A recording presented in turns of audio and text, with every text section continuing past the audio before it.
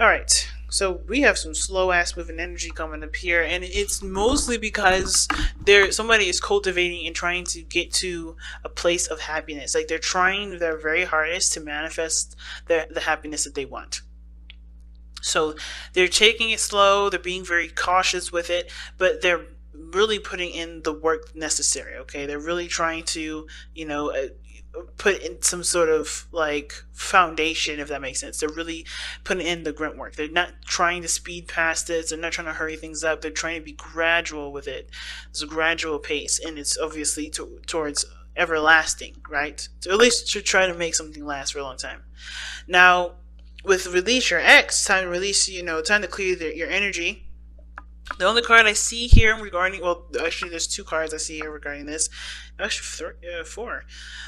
Death, Tower, and the Eight of Cups. Like, those cards right there does talk about clearing your energy. And even the Hierophant, in a way, can do that. And you would think that the Hierophant would have that release your ex type of energy, but when it comes to fives, you are shifting or changing something, and that change is releasing of something, letting something go, and embracing something new. And it's usually just like both of those is happening at the same time, adjusting, changing. So you're letting go of perspective and embracing a new perspective that truly and completely tailors to you. So I feel like the progress is coming from a certain standpoint, and how somebody perceives moving forward. The cautiousness, the speed, and how things are moving forward. Things are changing regarding that. So pick the side that resonates with you guys the most, Capricorn, okay? Because I'm going to start with this person here. The Page of Cups is the person's mental state, right? This mental plane area, right? So the way they think about this relationship is the Page of Cups. So I think this person is very much aware that there's communication that's needed. They know this is their heart's desire. It's something that they cherish and they nurture very closely to their hearts. This is something that they love very deeply and very emotionally. This is something that this is extremely precious to them, right? So I think they also understand too that the relationship is in desperate need of heart-to-heart conversation, right? There's definitely a need to communicate and talk things through, and to be open about how they feel and how they, what they want going forward regarding the relationship. Now, the other person, how they think about this relationship is the Eight of Cups. Now, it could be two things. This person's feeling emotionally drained, and this relationship no longer offers what they feel like what they want. But it's mostly because they were looking towards a relationship as a source to figure out what they wanted, which wasn't the place to do it in the first place. Well, it was, because I think the relationship displayed something to them that honestly would help them go after what they want, right? That I don't think I don't know if this is them saying, you know what, I'm done with this relationship. You did, it served me for a purpose of finding my true self or finding what makes me happy. I'm done. It could be just that this person realizes what they don't want, but they also see the relationship as an opportunity to seek out what they do. But the relationship, here's the thing: the Eight of Cups, you don't know what your heart's desire is yet. Not until the Nine of Cups. And I feel like this is probably like they know what they don't want, and they're going in this relationship thinking, I don't want what I don't want. I don't want, obviously, what I already know doesn't make me happy. I think this also person shows that they're emotionally drained with the situation, and they're looking to find what their heart's desire really is, right? Well, this person has it. Obviously, I think this person's seeking it. It's interesting, right?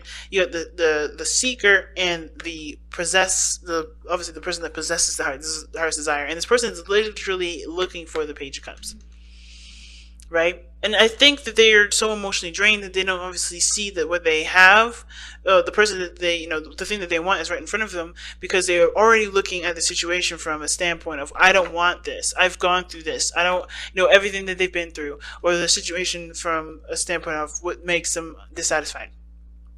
Now, how they're showing themselves is the King of Wands. They're going after what they feel. They're going by the moment here. When the King of Wands comes up, there's no really long-term energy. This is all like in the moment kind of rapid thought. So they're not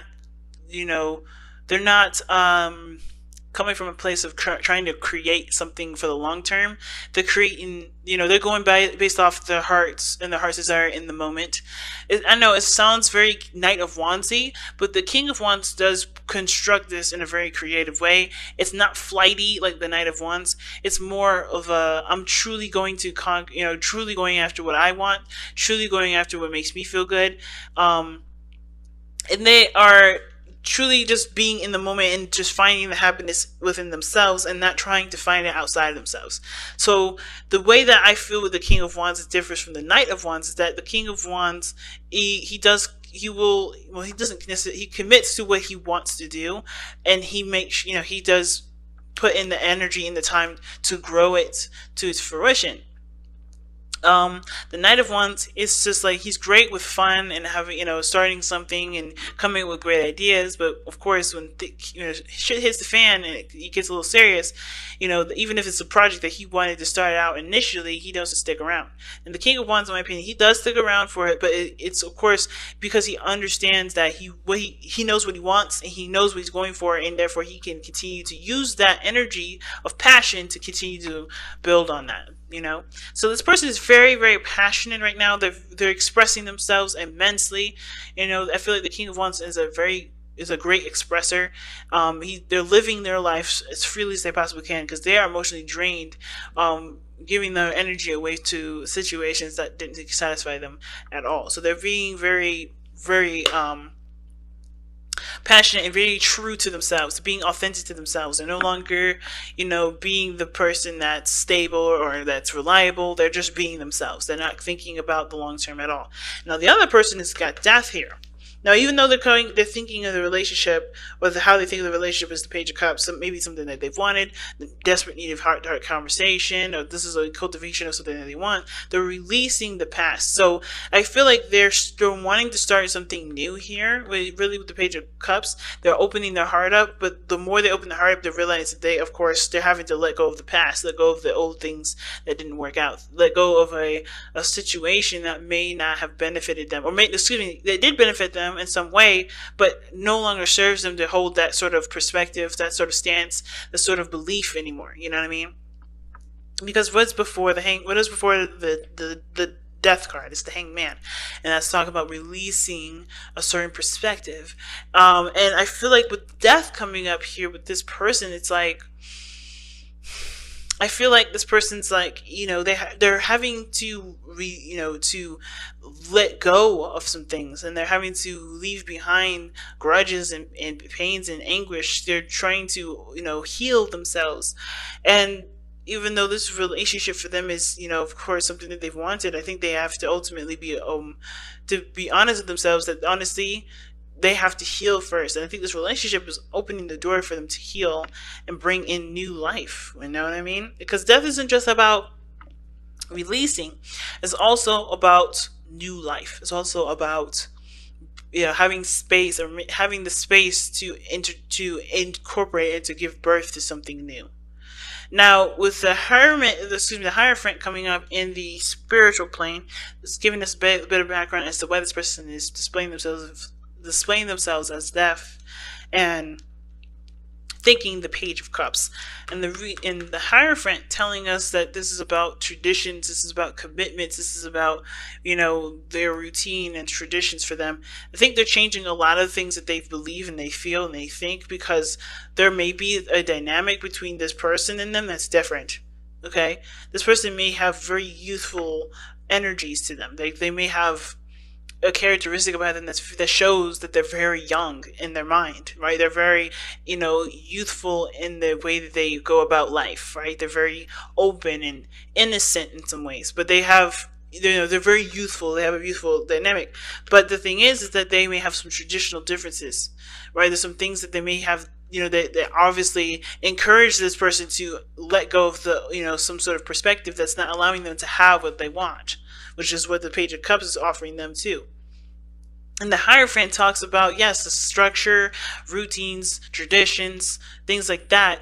But it's the fifth card in the major arcana, so that fives are changes. So this person is changing their traditional beliefs, the traditional standpoints, the traditional, laws for themselves, in order for there to be new love, to be to new life, period, and something new to come in. And they're having to change their structure, their boundaries, their their belief systems, so that way there can be growth. Now the other person showing up is the Queen of Pentacles. Now Capricorn, that may be you here, because the queens are cardinal signs. That doesn't mean you're a female. It just means that you are a cardinal sign, and it is true. Capricorns are cardinal signs, just the same as Aries, Cancer, and Libra. And I feel like the reason why the Eight of Cups is showing up here, in the mind space, and why this person is showing up here as the King of Wands, just kind of being authentic to who they are, just going after what they want, and them, being honest with who they are, is because of the Queen of Pentacles. And what does that really mean? Well, the Queen of Pentacles is independent. They know their value. They know their worth. And it's also having a lot to do with confidence. And the King of Wands, the Queen of Pentacles, they are very, very confident in themselves. Why?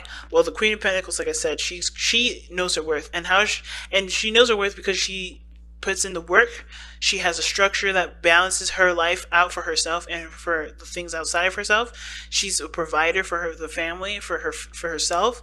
She is she's someone that's reliable for herself and to other people. She has shown herself. She's got things that she has about herself that she truly admires and cherishes and sees great value in, and will see great value in someone else. And with the King of Wands, this passion, this willingness to fight, the willingness to go after what they want, and to truly, and to be themselves regardless of how other people feel, that is what brings them confidence. Their uniqueness, their sense of creativity, and their the inspiration they gain from being themselves is what drives them to be confident. And I feel like it's interesting that the Hierophant and the Queen of Pentacles are the spiritual planes for both of these people, because they also have a lot to do with commitments too. Okay, both of them have to do with commitments, and commitments to themselves and commitments to other people. That's, this person is looking to find value with themselves, at least on this side, because based off of how they feel and what they go after and what they feel the most inspired and most authentic. It's very interesting, really, because the cards that brought these two together, the card that brought these two guys together is the Tower. It was some completely 100% unexpected. What brought you guys together was that there were some changes that were happening in your lives, and it definitely changes that honestly brought you down to ground zero. Like, you guys were starting from the very beginning, kind of trying to figure out who you were as a person. And the challenge now is the Page of Swords. It's cultivating a truth within yourselves that honestly helps you to understand each other a lot better. It's really interesting, right? I think the more you understand yourself, the more you understand each other. And that understanding is what's going to obviously continue the growth and the stable building that this relationship is already on the course of. The Page of Swords also is the challenge, meaning that there is communication that hasn't been had, or there's a need for communication here. Challenge is showing that there is a need for more information. And I feel like in order for there to be more information, you have to be able to seek out what you believe in and what your truth is within yourself. What is your truth with yourself? Therefore, you'll find the truth that's needed for the other person, and perhaps even the will to communicate with one another. All right, let's take a look at your whispers of love. See what you guys got.